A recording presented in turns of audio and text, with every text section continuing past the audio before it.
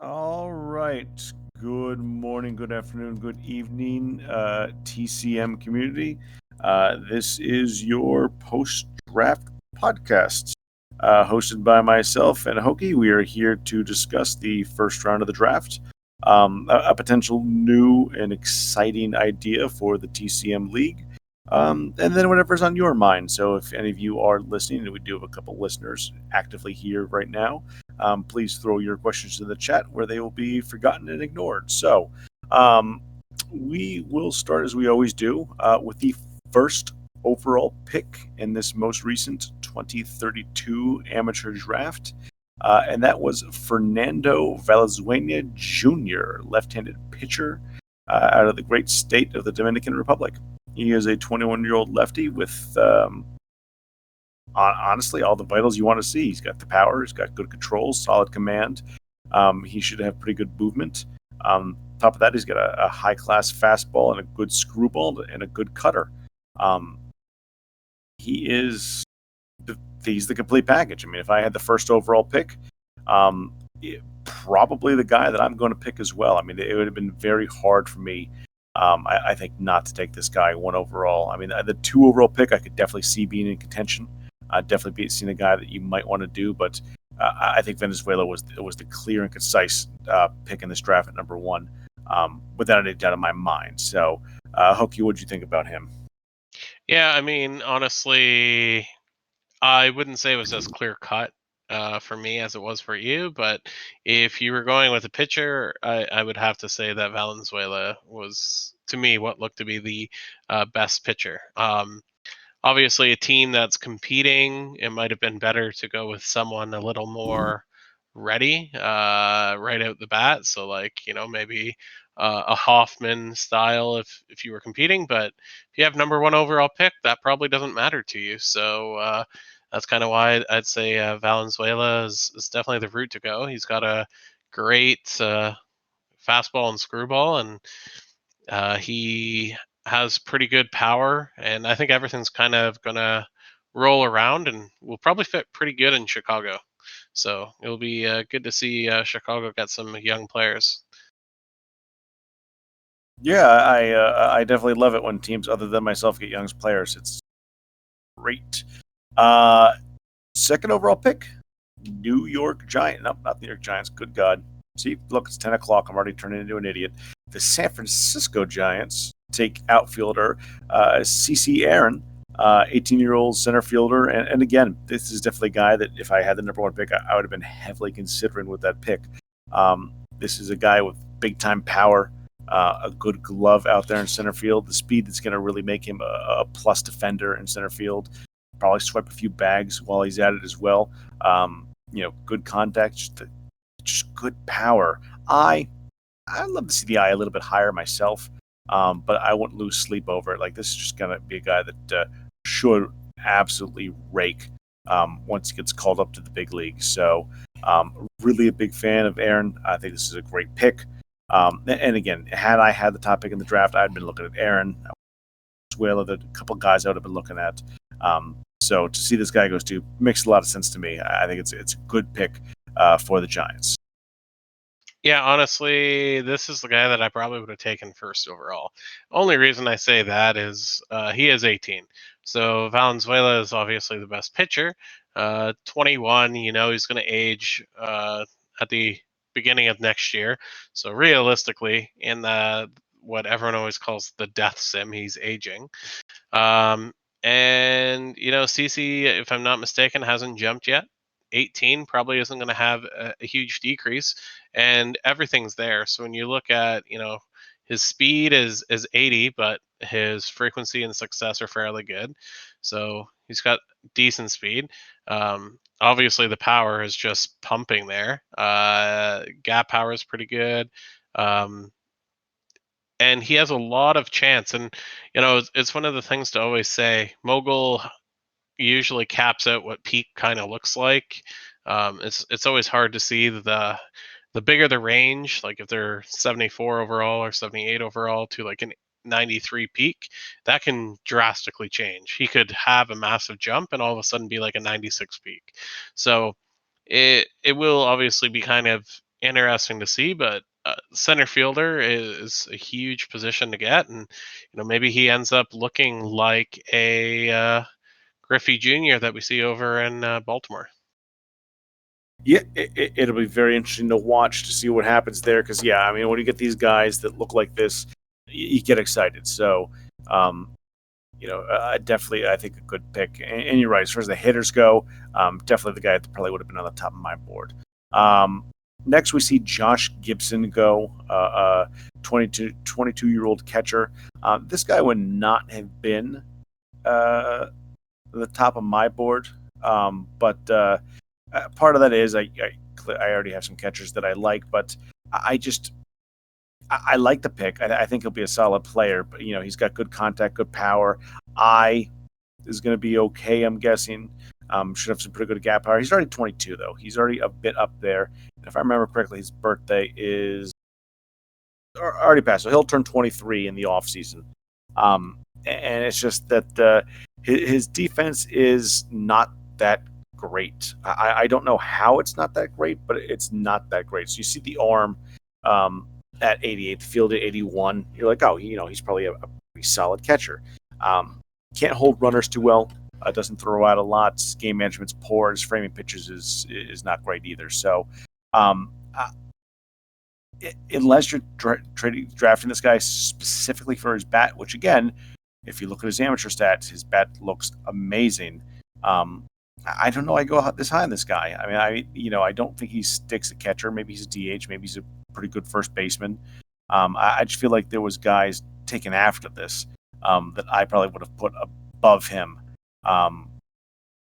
pretty easily. I mean, there's at least two third basemen that get taken after this. I think I would take above this guy. So, yeah, again, maybe really aiming for the bat. I think he'll not too worried about the behind the plate defense, but I don't know, a little bit of a head scratcher for me here at third overall with Josh Gibson. Yeah, I would say not even the best catcher available, in my opinion. Uh, you know, let's be honest, the way that most people have seen, um, people want to have one of the creative players. So I am about 95% sure that I did not create Josh Gibson. I could be wrong, and maybe I don't remember who I made, but I'm pretty sure Gibson was not somebody I made, but maybe it is. Now I have to double check. Uh, so maybe it was an old school player. Who knows? But I just don't see the type of player to go here as a catcher. I think, like you said, defense isn't all that.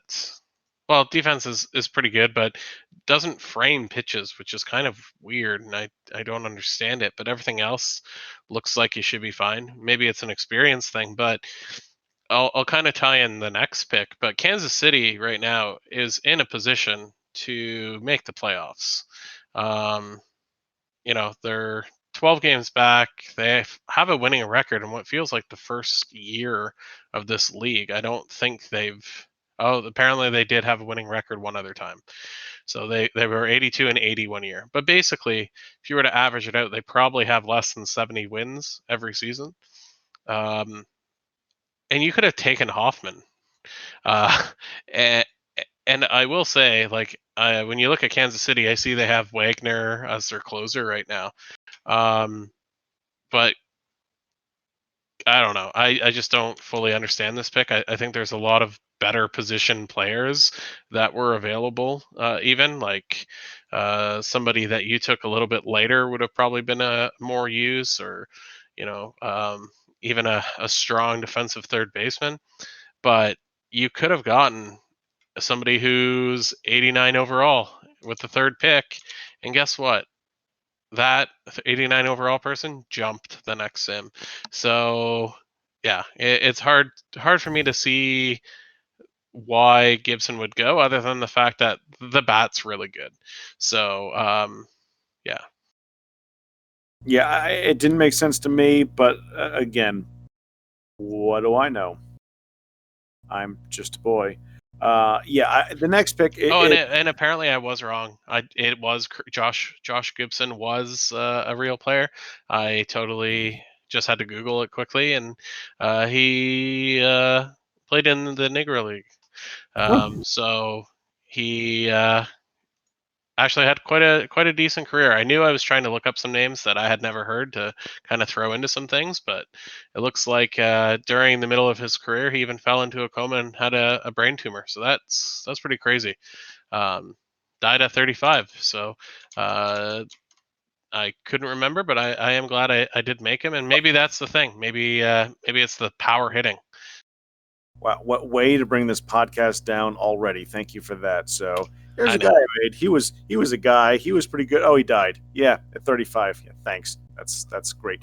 Anyway, Wyatt Hoffman is the next pick, fourth overall. So, and I think you nailed on the head. You know, if I'm a team in contention and have a top five pick, this is the guy I'm taking.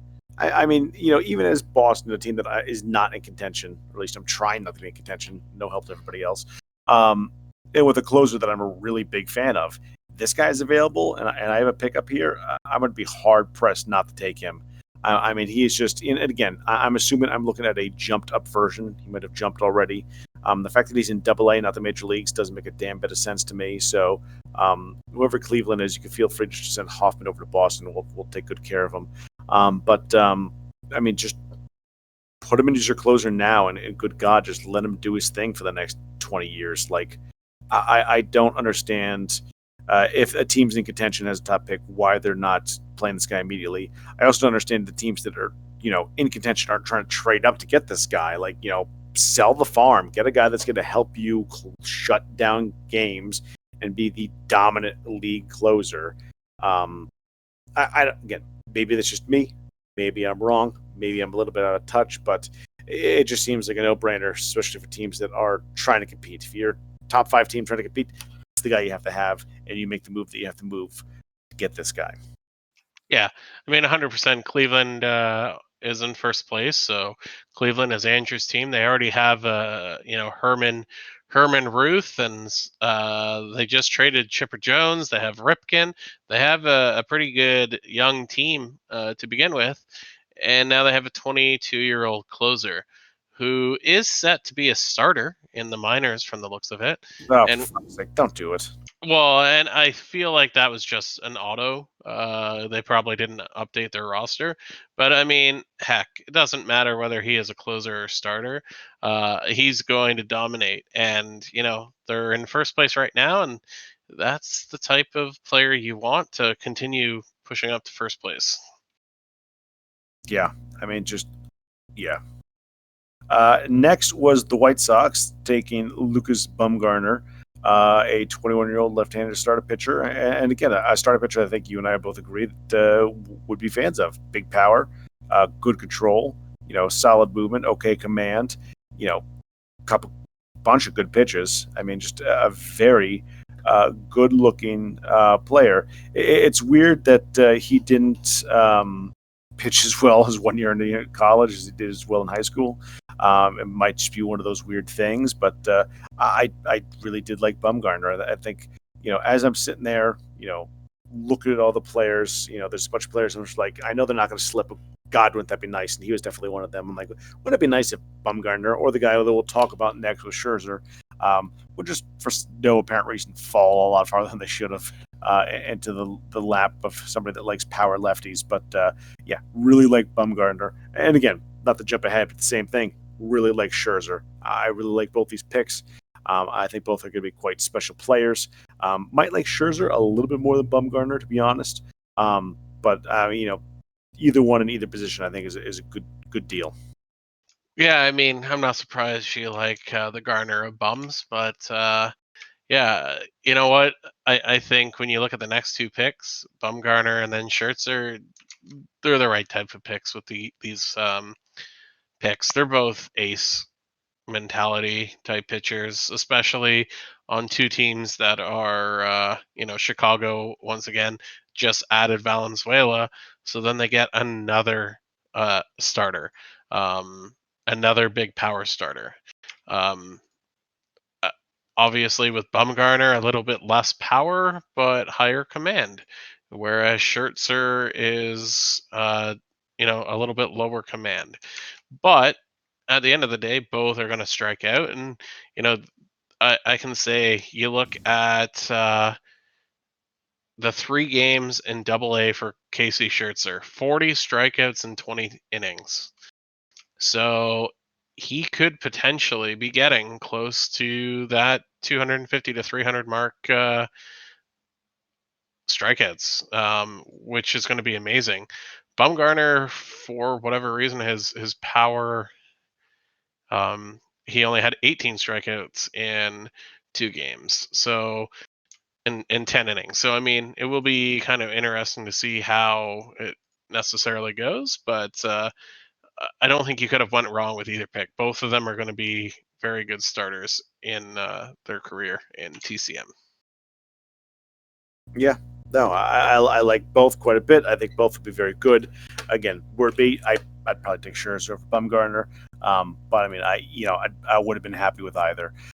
Minnesota picked seventh, and he took Brooks Robinson Jr., third baseman, out of the great state of Baltimore, Maryland. So, um, listen, I like this guy quite a bit. Big contact, good gap power, solid eye, a little bit of speed. The speed, if anything, is just really going to help on the defense, not really on the base paths at all.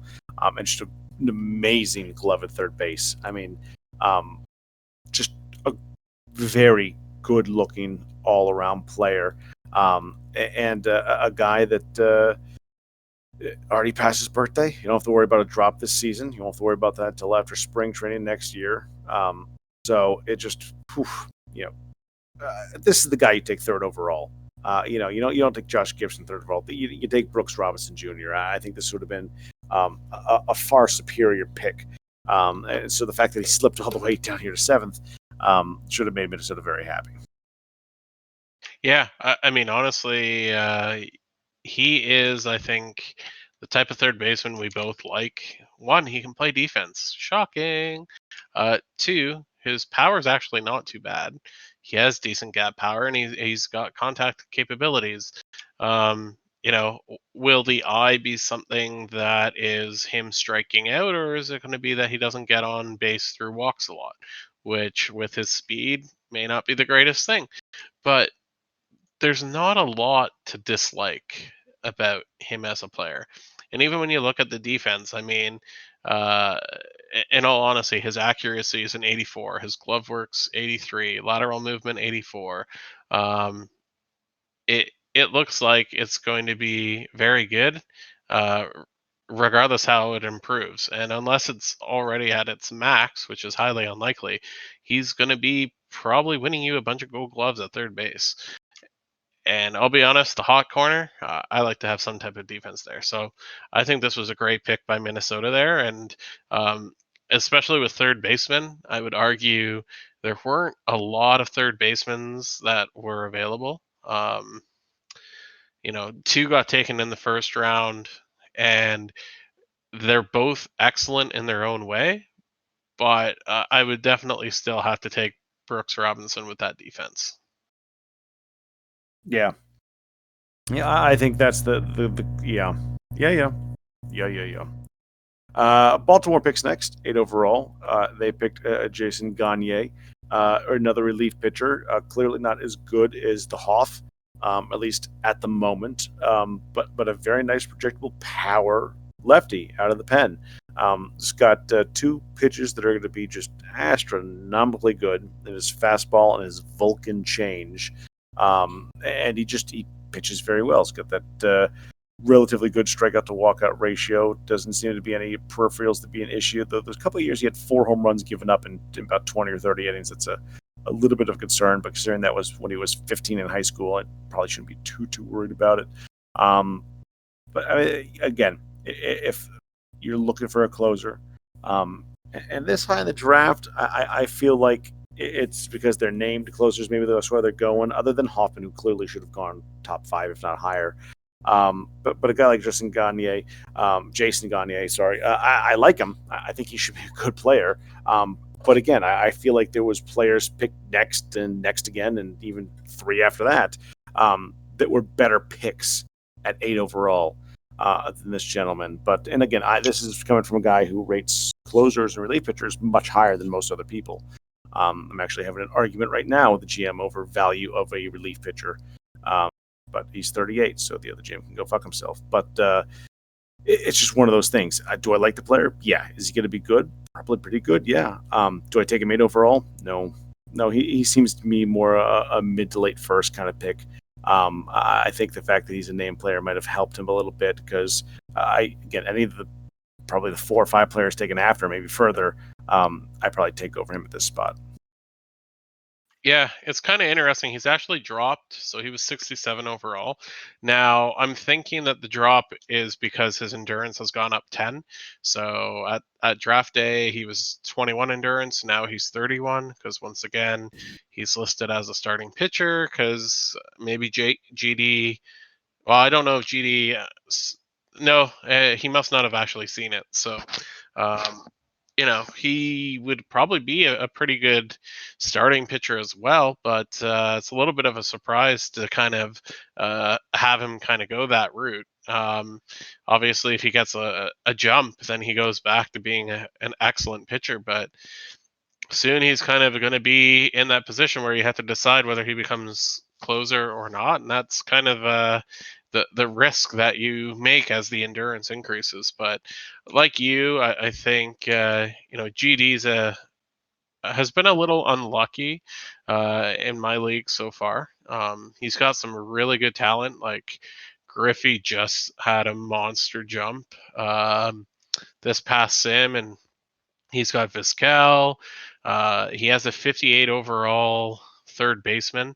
So, I mean, hey, you're a team that doesn't have a third baseman. Brooks Robinson just got took, but you know who also was available? You know, I think you know of all people, a certain Boggs. I do.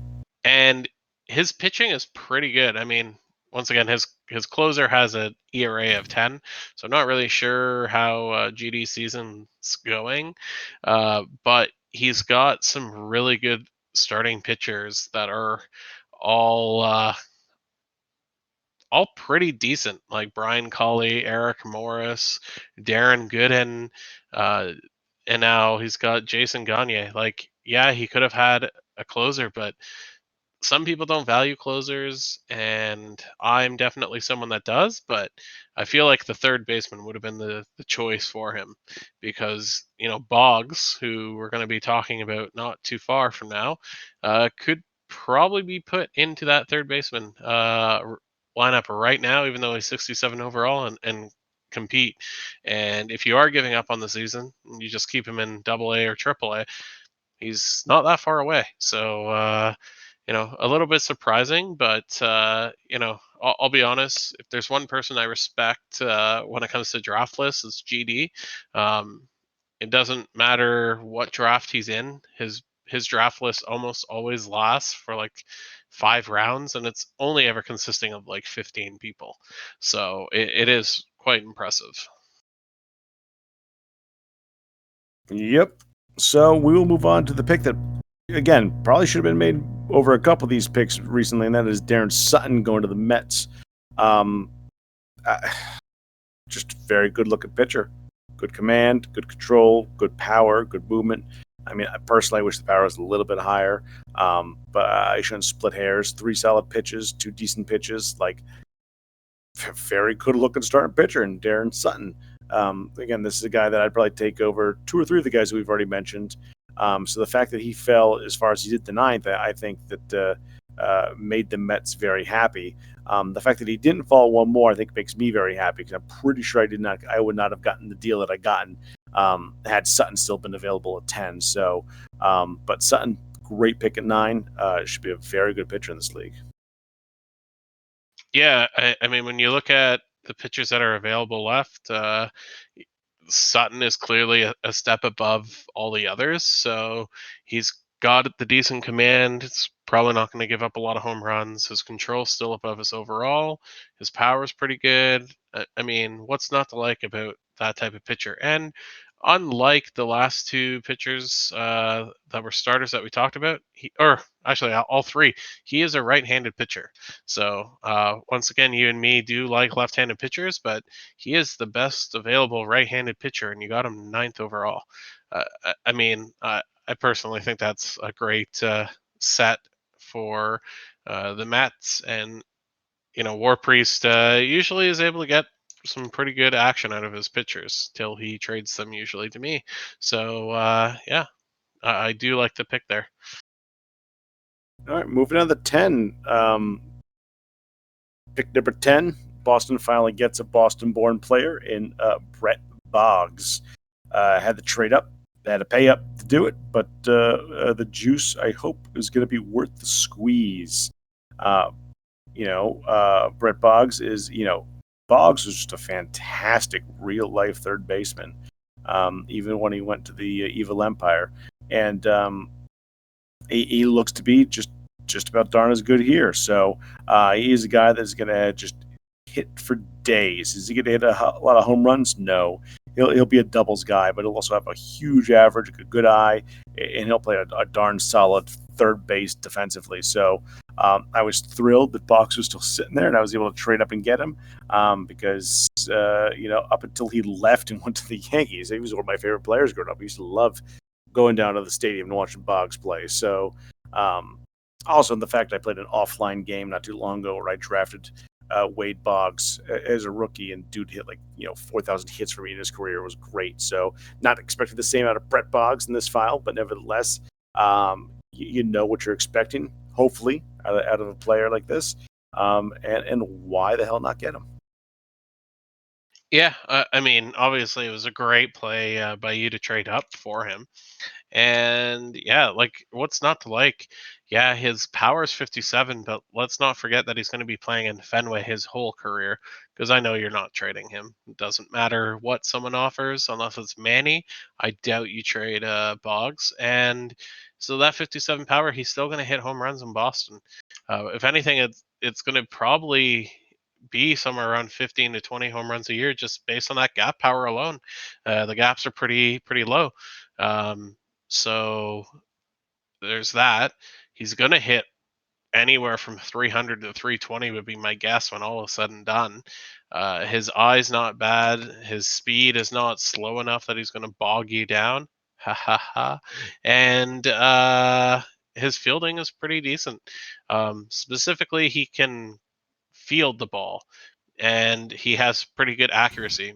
Maybe he's not going to have the hardest throw, but who cares as long as he's grabbing the balls that are hit towards him.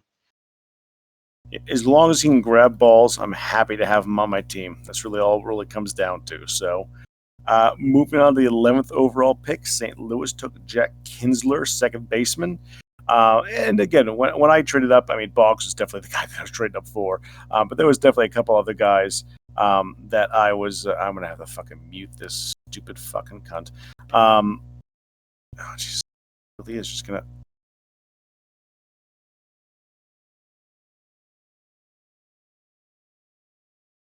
And I mean, I'll just start talking about. Sorry, I'm blocking Matty. He's being a fucking douchebag. So I apologize, everybody. For those of you who've had to deal with Matty, you know exactly what I'm fucking talking about. Anyway, Jack Kinsler went 11 overall, 21-year-old second baseman. Again, definitely a guy that I was thinking about. I mean, Boggs is why I traded up. But I did give a solid look at Kinsler just because, he's going to be a very defensively forward um, second baseman. And he should have a pretty good bat. He's got a really good eye. He's got some speed. It's not the speed that I like to see, but it's going to really help him at second base, and it's going to nab him a couple bags. And he's going to be a pretty good hitter. He's not going to be as prolific, I don't think, as Boggs, which is why I kind of took him. Boggs over him, but I think Kinsler's going to have a very good bat. And definitely one of those guys that, even if you're looking for Boggs and Kinsler's still there, you're quite happy taking Kinsler instead. Yeah, I mean, when you look at him, he's got pretty decent speed. The aggressiveness and decision making are really the only things that are low. His contact and power are a little bit over or a little bit below his overall, uh, but he's going to be an above average hitter. But like he's got the fielding and the speed, and honestly, at second base, his weak spot is an arm strength, and I feel like that's less of a concern for second base. So you pretty much get a 3 or 4 star rated player that is going to be phenomenal for you. And when you look at the team that St. Louis has kind of built, it looks like it's going to be a ground ball team. So that's kind of what you want. You want someone to shore up your infield. And when you look at St. Louis, and I've kind of seen what Dave has done, his team is really built in other positions. He didn't really have a uh, second baseman or available, but like now he's got an Alex Rodriguez to play short. He's got Kinsler at second. He's got a Roland at third base. He's got a defensive team in the infield where and then he's got Kevin Edmonds in outfield. So he's kind of set it all up where his pitching staff is going to have a pretty good future. Um, Now the next piece probably for St. Louis is to get some pitchers that can help him. But I think overall there's not really a better pick that could have been made for St. Louis here. Again, I did legitimately give him some thought, even with Bog still on the board, just because I really do like Kinsler quite a bit. So, moving on to the next pick, this is the catcher we mentioned earlier is the much better catcher in the draft, and that is DJ Carter, catcher extraordinaire. Another guy that I briefly considered over Boggs, and actually very briefly, mainly because his contact is a bit lower than I would like. He's got good power, got good gap power. Got a good eye, and defensively, again, he's pretty decent for a catcher. Not the best framing pitches, but his catching ability seems a lot better than the last gentleman that we talked about. Again, I worry about a guy like this about how low his average is going to be. Obviously, his amateur stats are very good. Amateur, wise with OPS, like everything, fair amount of home runs too. Power's going to be there. He's going to have a good eye, so that's really going to help, I think, with his pitch selection while hitting. My only concern is how high is his average going to get, or will it even matter? Will he hit enough bombs and walk enough that you're really not concerned about him hitting 220, 230 instead of 260, 280? So I like the pick. I think he was probably the best catcher in the draft. Or at least he was far better than the last catcher we talked about in the draft. Maybe I shouldn't go as far as saying the best catcher in the draft. There were some other guys I thought were pretty solid as well. So, but I like this pick. I like Carter quite a bit. I think Manny in Toronto should be very happy. Probably are very happy to have. Yeah, I would say that from a catcher standpoint, this draft was relatively light on catchers. Um, I would say that realistically, uh, Carter is probably the safest looking catcher from most perspectives. His framing pitches is a little bit lighter, but he's going to have decent power and gap power. So, from a hitting perspective, he's probably going to do extremely well in Toronto. And I look at Toronto. I am a little surprised that they decided to go with a 22-year-old, and the only reason I think that is it really seems like Manny's trying to tear down that team. Um, so I can't knock the pick because I think from a catcher perspective, we don't have the strongest class of catchers. But uh, you even look at the next pick and look at like an Elvis Burrell, who's a 19-year-old and can hit and field uh, in an outfield position. 19 gives you 3 extra years of prime time when you're actually competing. Because unless Manny's going to turn around and make that team competitive in the next year or two, um, which doesn't make a lot of sense when he just traded Vladdy, then you're going to have a catcher that's 24, 25, and you're still not competing. Uh, so that would be the only concern I'd say with the pick. But overall, there's nothing to fault the player itself because he looks like a pretty good catcher. Yeah, no, I agree, and you're right on the next pick too. Elvis Burrell, 13th overall to Philadelphia.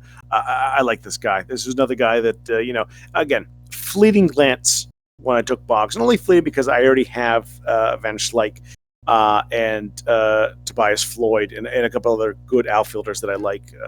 Even though Strawberry kind of died on me, he's still playing pretty well, so I'll let it go for now. But This is definitely a guy that you want to like, and you want to kind of stick out there in the outfield. He's gonna have a decent left field glove, and he's gonna more than likely just hit for days. I mean, he's going to bring you a little bit of power. He's going to bring you a lot of contact. He's going to have a very discerning eye. He's just a guy that you want to have in your lineup, probably even in the 2 hole, I'd say. Plug him in there and just let him, set the table for the big guys, or push that guy that's getting on ahead of him that's a little bit speedy along with some hit run action. Just a guy that you want to have on your team. So the fact that he was able to last all the way to 13 for Philadelphia should be stoked to be able to get a guy with this kind of talent at that pick. Yeah, I mean, I already kind of touched base. From a player perspective, I really think he was the best available player left. So, I mean, at the end of the day, you're trying to draft the best available player, period. Um, and Philadelphia ends up getting that. And he already looks like he's maybe 2 years away. Like he could be a player at 21, comes into the majors. Um, and Philly's another one of those teams that's really young and starting to uh, curve into a much better team. Yeah, it should be interesting to watch. Another one goes to Pitt at 14. That is John Franco Jr., um, another lefty relief pitcher, a little bit further out, and that's absolutely fine. Not a guy that you absolutely have to have running up just yet. I'm pretty sure that Pitt is in the rebuild as well. So take a guy further out that's projectable. That's pretty darn good amateur stats, and lot to like. Good fastball, good circle change, good screwball. I mean, dude, when do you have a guy that gets 5 pitches and 4 of the 5 are already above his overall? You gotta like the dude. So and the fact that he's got big control, good command, good power, and his movement's definitely going to move and groove as he goes. I really like this pick as a rebuilder, based on who's left, based on who was taken before. Great pick for Pitt at 14. And the fact that they're able to add picks to move down 4 spots and they still get a good player like this, should be happy with himself. Yeah, I think when you look at John Franco, there's a couple things. I don't think anything like goes out, and you're not going to be like he's going to be the best pitcher. I think or best closer or relief or anything like that. I think you get somebody who could very well be a good player. But obviously, we all know for the most part, all the players I have made have had some similarity to how the player was in real life. Um, or I've at least tried. I mean, don't get me wrong. Sometimes you get the Daryl Strawberry that just absolutely fails. Or as we'll talk later, Paul Molitor definitely may have screwed him up where he's not going to be as high peak as I thought he was going to be. But, what is John Franco known for? The fact that he was like 73 when he was last pitching. I mean, no, he was like 48, but, he's one of the oldest pitchers to continue pitching. I think his last year he was like 45 or 46. So, really, you're getting a player that could potentially be in the majors for 20 years, and you don't know if that's how I set him up, but there's a pretty good move there, and it's not like his ratings are terrible because to have control 9 spots above overall and power 10 overall uh, is pretty good as well. Yeah, no, I'd take that. No, I think it's a good deal. Detroit, 15th overall, takes Chris Williams, shortstop, 18-year-old gentleman with an interesting looking build. This is a guy that has solid speed with range, so defensively he's going to, or at least should, be superior with his that. Also, his base running is quite good. The speed is not quite the good, but it's the half good. And he's got a good eye, so he should get on base quite a bit with that. Contact is a little bit lower than what I would personally like to see. Gap power means he'll probably be a nice doubles, triple hitter, especially with that speed, which would be good. Could even probably hit a couple home runs more than you think. Again, my only concern with him is the health's a little bit low, and the contact's a little bit low. As long as those things don't become things that derail him, should have a pretty solid shortstop on your hands. So I think this was a good pick by the Tigers here at 15 overall. Yeah, I wasn't sure of this pick. I mean, the speed's pretty decent. Um, for me, his defense looks good. I guess what I always struggle with is he's so much better against lefties than righties. So it will be more interesting to see how he improves. I feel like he's the type of player that you go in and he is either a bust or he's a slam dunk. There's not much of an in between. At some point he's either going to be, the shortstop that everyone in the league wants, or he's the shortstop when you just want to put somebody in to be able to field and bat like 200. And that is where I see Chris Williams. I think that it could very well be a good pick. I have personally never had good luck with this type of build or one that's similar. So for me, that's just kind of how I view it. But I have definitely seen this build do well. So he needs some jumps, and obviously he's 18, so there's plenty of time. Um, but for me, it's a high risk, high reward type of move.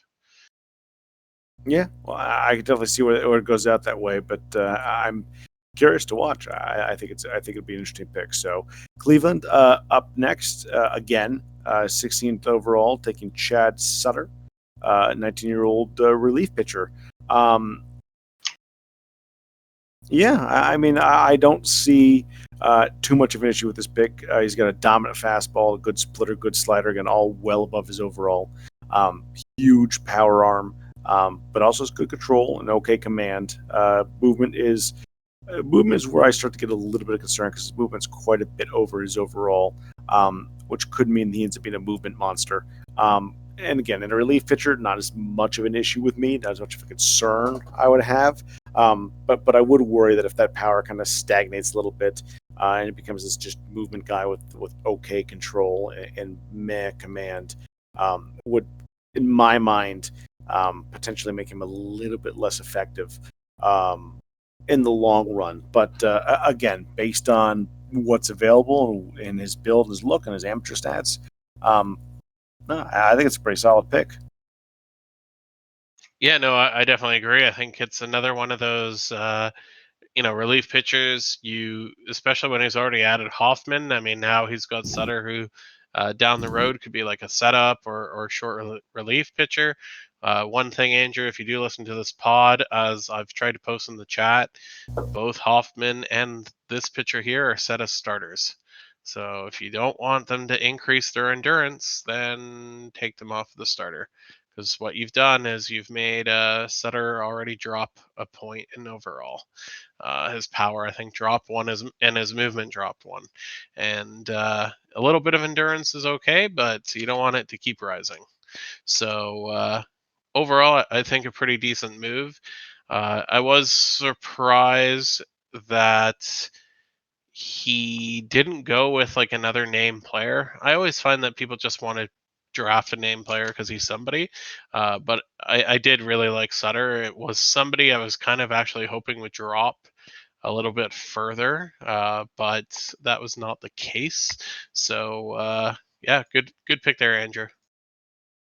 Yeah, and that's the thing. So if I was picking here, for as much as I think Sutter's a pretty good pick, I'd probably take a guy that was taken about 4 picks later with John Olerud, but I'm sorry, Jordan Olerud. But again, I sometimes when I have a first round pick tend to be a named whore. So for good or for bad, a couple years ago I took a non-named guy, and that's not worked out great for me yet. But maybe the gods will give Gurn a nice jump. He's not playing terrible, I guess, but could be better. So one of those things. Scott Bazemore, 20-year-old starting pitcher, right-handed build, goes next. This is a guy that I look at the power. and I look at the control, and I look at the movement. All that just screams yes. I look at the amateur stats. I get a little weirded out by the amount of home runs. I believe that's a bit of concern. I get a little weirded out by he appears to be a control power guy, but his strikeout to walkout ratio is pretty poor. And then I look and realize he has a subpar fastball. And his circle change and curve are his best pitches, but he's not a ground ball pitcher. So there is something just not quite right about Scott Bazemore. Um, or maybe a bunch of little things. Maybe it's just a bunch of little things adding up to make me go, oh, I don't think I would have taken him personally. I think there's just too many weird things going on that I can't quite explain that would make me stay away from him. Yeah, which is kind of interesting because usually you and I are similar on pitchers, and I like Bazemore. Now, I would say that I haven't had the greatest ability at drafting in TCM. Clearly, I haven't gotten used to how 2020 pitchers build. But when I looked at it, and I'll talk more of the reasoning behind it, his control is 10 above, his command's a little bit above, and his power is above. Um, the fact that his fastball is low to me doesn't really matter too much because he only throws like 87 miles per hour. So even if he throws a fastball, my gut instinct is going to be that it's not going to be smashed out of the park. And ground balls at 40%, yeah, that's the case that it is right now. But as everything continues to move and he throws the circle change and curve ball more, which is probably going to be the case when you look at his um, actual pitch selection, when he actually is in the majors, he's probably going to increase that ground ball percentage. So there is definitely a high chance that he fizzles out. But when I looked at this, I thought this was the makings of someone that could be a potential ace. He's also not a created player, he's just completely random. And when you look at his minor league numbers, they're fantastic. When you look at his on base against, even his ERA. So if the one thing is home runs, that's going to be a problem, but it also looks like he doesn't give up home runs when people are on base. So he's the type that if it's a hit, it's probably a home run. I can live with 2 home runs a game if they're 2 solo shots, and he only gives up 2 runs. So that was kind of the reasoning around that. Yeah, well, and that makes sense. I've definitely taken guys that other people don't like because they give up too many home runs, but I'm just like, yeah, they're mostly solo shots, so I'm okay with it. Like, dude's giving up 15 home runs a year, but 22 earned runs. Okay, I'm fine with that. But again, for some reason, you're right. And again, if he does become that ground ball pitcher, my opinion might change a little bit on it. But there was just too much weirdness there for whatever reason. I'm just not feeling them this time. But moving on to Tampa Bay Rays, taking Jason Tucker, 18 overall. Tucker, a 17-year-old, I'm sorry, 18-year-old, going 18 overall, starting pitcher. This is a guy that, again, so many weird builds this year. I love the power, big power, good control, movement where I want to see it, command, a little bit lower than I want to see it, but not too far off. He's got a sinking fastball and a high ground ball rate, and a solid fastball and an angry knuckler. I don't know what that is, but I want to see it thrown. I go the opposite way in this one. There's a lot of weird things, but I tend to like it. I tend to like this guy a little bit more than the last guy, even with all the weird things that make me go a little bit like. The home runs don't seem to be as much of an issue, and they definitely seem to be definitely more maybe that solo variety like we talked about. Strikeout the walkout ratio again, not exactly where I want to see it, but I don't know. The fact maybe that he's 18, got the 80 power, and he's got pitches that I've never seen before. Maybe it's just the weird shit on this one that I like better than the weird shit on the last one. But I like Jason Tucker. I think Jason Tucker is going to be a guy that I kind of keep my eye on. Then maybe try to steal from the Rays at some point because I think he could be quite good. Yeah, you know what? There's obviously a lot of things to like about Tucker as well. And honestly, it's one of those cases where he is the type of player that could very well be the ace of your staff. Um, and it's interesting that his ground ball percentage is just as high with the sinking fastball and angry knuckler, but his power is so much higher. So I think he's another one of those pitchers that could very well fit in the same category as the previous pitcher, where he could be giving up like the 15 home runs or 20 home runs and only have them as solo shots. So just like you, I obviously love this pick, and honestly, the only reason I didn't go with Tucker over Bazemore was the fact that the command is a little bit lower, being 49 and being below his overall. So Tampa Bay, once again collected a lot of draft picks, and they're trying to do this rebuild kind of like you, but always continue just to keep competing. So it's going to be fun to see how you and Tampa Bay kind of work out in that division because when I look at the AL East, it's got you know New York's the only team competing, and then Tampa, Boston, and Baltimore all have all these young stud players that they're trying to continue to add assets. And unfortunately, right now for you, you're the team that has the least. Yeah, well, it is what it is. It's one of those things that I'm going to try to rebuild when it doesn't work. If I get a good free agency class, I'll just go out and spend $1 billion. Um, and oh, good, forgot to do shit already. That's fantastic. Oh, sorry, Cheeto. Anyway, yeah. So moving on to our next pick in the draft, and that was Miguel Rojas. Another relief pitcher to Cleveland. I find it interesting that Cleveland has all these first round picks and takes nothing but relief pitchers. You take the best one first, and then you just keep piling more on. Listen, I'm a big pen first kind of guy usually, but again, with Allrood still on the board, I'd probably take him at this point. Nothing against Rosales. I think he is going to be a pretty good pitcher, good control, uh, solid power, good movement. Again, I worry about the movement monster thing. Um, but he also has three good pitches. Like, yeah, 18-year-old, I like this pitcher. I really do. But do you need another one?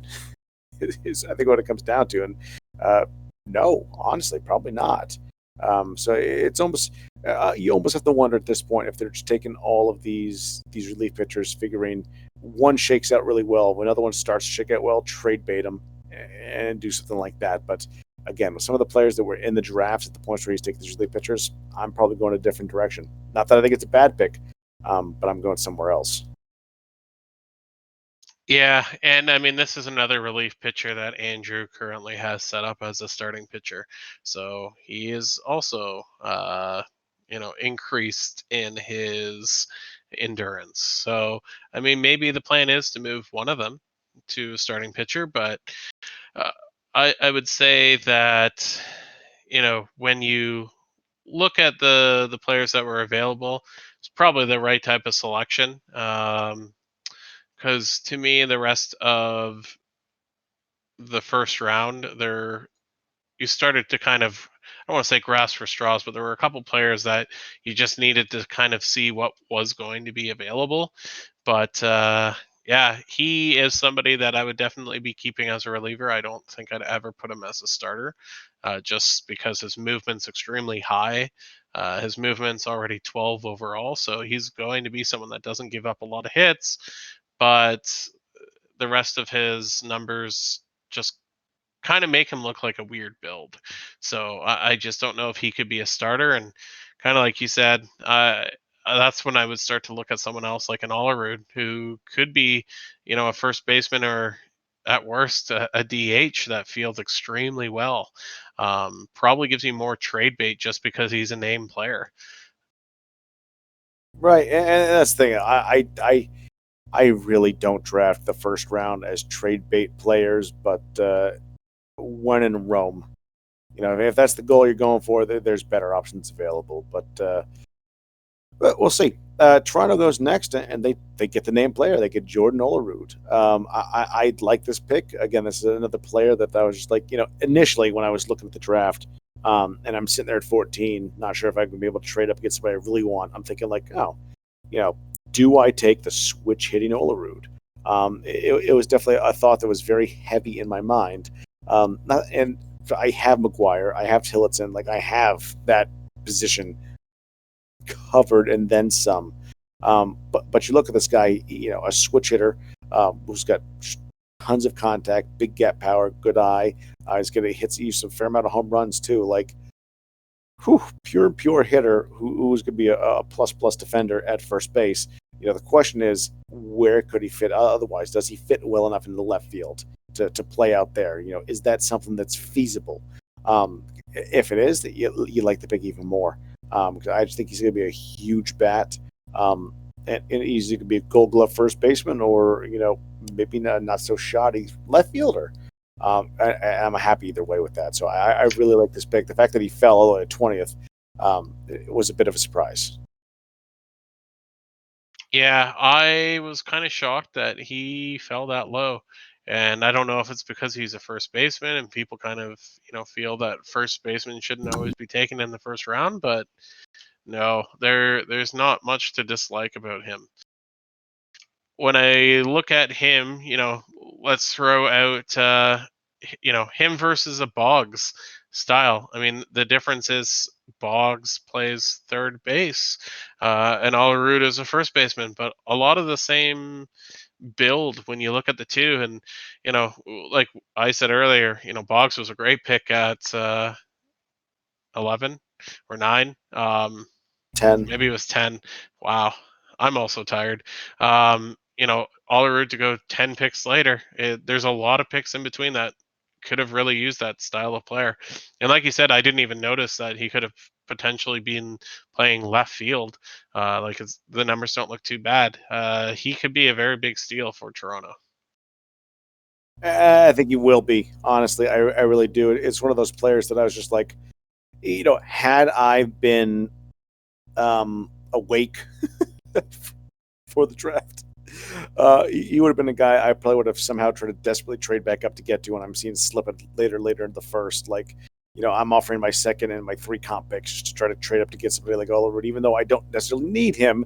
He's a player that I take and I'm thrilled to have on my team. So, just looking at the top of the first round already, like I'm loving what Toronto's doing. Like they're knocking it out of the park this year in the first round. It's just fun to see. So next up, Padres 21st, taking Charlie Terwenich, 18-year-old starting pitcher. This is the kind of pitcher I like to see. This is definitely the kind of pitcher that I'd be all over. 81 power, movements just above his overall, good control, commands a little bit lower than I want to see, but not too bad off. And 2 dominant pitches with the fastball and the sinking fastball. Has that high ground ball rate, which is a little bit weird based on the power numbers. But the home runs one year was kind of bad. The other ones weren't too bad. Strike at the wall, which is not horrible. I think I like him. I think I like him. I think it'll be very interesting to see how Turkanich kind of plays forward. I think he could end up being quite a good pitcher. Yeah, obviously with San Diego Open, I drafted for them, and all I'm gonna say, case in point, Jason Tucker. Yep. That's the reason that Turkenwitz or went at 21. The same things that I said I liked about Bazemore and Tucker, I see in the player that San Diego went. And honestly, I debated trying to trade the picks to kind of get them a piece, but I didn't do that. Should have. Boston was wide open. Yeah, I know. You know, I will say that San Diego's picks next year could be made available. There's a certain catcher I hear is available, so I might have to message Raider. But yeah, there's some good pieces available at every aspect of the draft, especially when we only have 24 teams. So to get this type of player, I think normally would be a top 10 player easily if he wasn't in with actual creative people. So overall, very happy with the pick, and hopefully he actually works out for San Diego. Or not. I'm happy either way. So, next up, 22nd overall, Tampa Bay again selects catching Blake Tien, a left-handed hitting, right-handed throwing catcher. Um, this is the story of a girl who cried a river and drowned the whole world. No, this is the story of a bat that I like. Good contact, good power, good gap power, good eye. Like all of those hitting vitals are above his overall at 18, and he's a lefty. I'm all in. The fact that he's a pretty solid defensive catcher as well, 85 throwing out runners, doesn't hold him very well, but when they run, they don't do so great against him. Good game management, solid frame pitchings. Yeah, no, I like this guy quite a bit. I bet a bunch of people thought maybe this was a reach pick a little bit. I don't see it that way. I think this is a very good pick, especially at the back end of the first. Yeah, and I mean, uh, when we talked about Carter, like you said, you can't necessarily say Carter is the best catcher available, and the reasoning is because of Tien. And we can give maybe Gibson some benefit of the doubt, but there's a lot of things here. His contact, his power, his eye, his gap power, are all fairly good. He's a left-handed pitcher, and when you look at his defense, his arm strength's good. His framing pitches is actually good. For whatever reason, holding runners is not a big thing, but I feel like that matters more for a pitcher than it does for a catcher. So don't know enough about that statistic, but yeah, he definitely looks pretty decent. The part that scares me is the fact that his fielding is 54, and that is the only reason that I think there is a cause of concern when you look at him. He may be able to throw the ball, but can he catch the ball? And that's kind of a useful thing as a catcher is to be able to catch. Now, that being said, I think it is something that will improve, but that would be, I guess, the one caveat to this pick. Sure.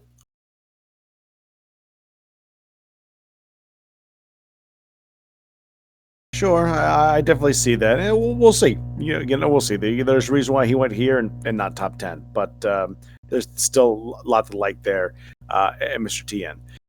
23rd overall, Chris Bush goes to the Angels. Chris Bush, 17-year-old second baseman. Not much of a defensive second baseman, if we're really being honest. Kind of a club foot there. And as far as the bat goes, not a lot of bat either. I don't. He's got okay contact, pretty good gap power. He got a really good eye, and some decent speed. But I am not seeing what makes me take this guy 23rd overall. I'm not saying there was players next or next or 10 next that were better than Chris Bush. But as I look at him, there's not something that says, you know what, that's the motherfucker that I need. I need Chris Bush. Me, I'm probably dipping down taking Molitor. The fact that Molitor went down to the seconds is a bit weird. Joshua Molitor, third baseman. I'm taking a shot at him. I'm taking a shot maybe at even Dallas Hart. I'm not sure why Chris Bush went up here to the Angels. Not a guy that I'm taking this high in the draft. Yeah, I think you kind of hit the nail on the head. Kind of shocked at the pick. To me, probably wouldn't have even taken him in the second round if I had control of my own team. So for that to be said, I think a little bit of a miss at the end, especially when the Angels don't have a lot of draft picks to begin with. I think this might have been their only one, unless they had like a sixth round later. But um, yeah, I would say that most of the people taken in the second round, I preferred to this pick. One of those things. With the last pick in the first round, the Tampa Bay Rays take Russ McGafflin, a 18-year-old left-handed starting pitcher who is just another one of those goofy-ass Bills. Big power, Good command, okay control, good movement, 50% ground ball rate, got an okay fastball, wipeout slider, and a good splitter. Um, and his peripherals and the amateur leagues, pretty good. I mean, nice strikeout to walk ratio most years. Home runs don't seem to be too much of an issue. Like, I don't know, decent looking player. Definitely not the best looking pitcher we've seen, but I think he is a very fine looking pitcher. Again, would I have taken him here? Maybe. I mean, I think he'll be a pretty solid player, but again, some of those players that I mentioned earlier, even Javier Rodriguez, I thought for sure that that dude was going to go in the first round. But watch him slip to the second just makes me sad again that I wasn't here to try to move around. Again, Molitor going to 30th overall, like good God. It's a lot of good players went in the mid second round. I really wish I had been awake to try to make some trades for some of these guys because I think a lot of good talent went in the second. I'm not sure if McGafflin was better than some of those players. Yeah, not to kind of repeat what I said last time, but Turtle doesn't often miss, and I'll probably give him the benefit of the doubt here, but there's not a whole lot I like about McAlpin, um, in the sense that his numbers look pretty good, and he's got this high power and movement, but I would say he needs to be a closer or a short relief. I think he has to come out of the bullpen. Um, I usually prefer to have like either control or command actually high. Like I know most people. I am definitely someone who likes power movement as being the high numbers, especially if you're going to have an ace build. Um, my concern is just it's hard to have an ace build when you don't have the control or the command. You usually need one of those pieces. Um, so I do feel like it's a little bit of a miss here. And like you said, there's some pretty good names in the second round draft pick. Some that had like really nice jumps, which I guess we can talk about when we talk about some of the names that we do like. But I mean, Tampa Bay even took like a Mark Jackson in the second round, who I like a little bit more than than that pick in the first round. So it is kind of an interesting way to finish that first round. It was what it was. It is what it is. I guess I'm not here to judge, just to comment and not care. So, but again, that is our first round. I kind of mentioned the guys I liked in the second. There was guys even past that I liked a little bit too, but we won't go into that because A, it's late, B, I'm tired, and C, all of the above. So, but I mean, I will touch on a couple people. I was gonna. I I know you probably have a couple. I touched on the ones that I was surprised fell. So please go ahead and give us yours. Yeah, not necessarily that they fell, but just look at a couple of these players with jumps. So the fifth pick in the second round, Ray Waltz. He has 80 contact now, 80 contact, 80 gap power, 70 power, 71 eye, 92 arm. 19 years old. Looking pretty legitimate as a potential full time player down the road. Obviously, I think he was 83 peak before, so he's gone up 5 peak, but looking pretty good. Like you said, Molitor is a pretty nice looking player. He probably needs a jump.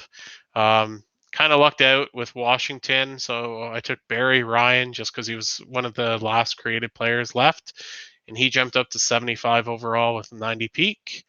And the last big jump, because I didn't look at everyone super carefully, was Baltimore's Ira Patrick. Ira Patrick's 62 overall, 90 peak, and has a few numbers already in the 73, like 73 control, 64 command, 73 power.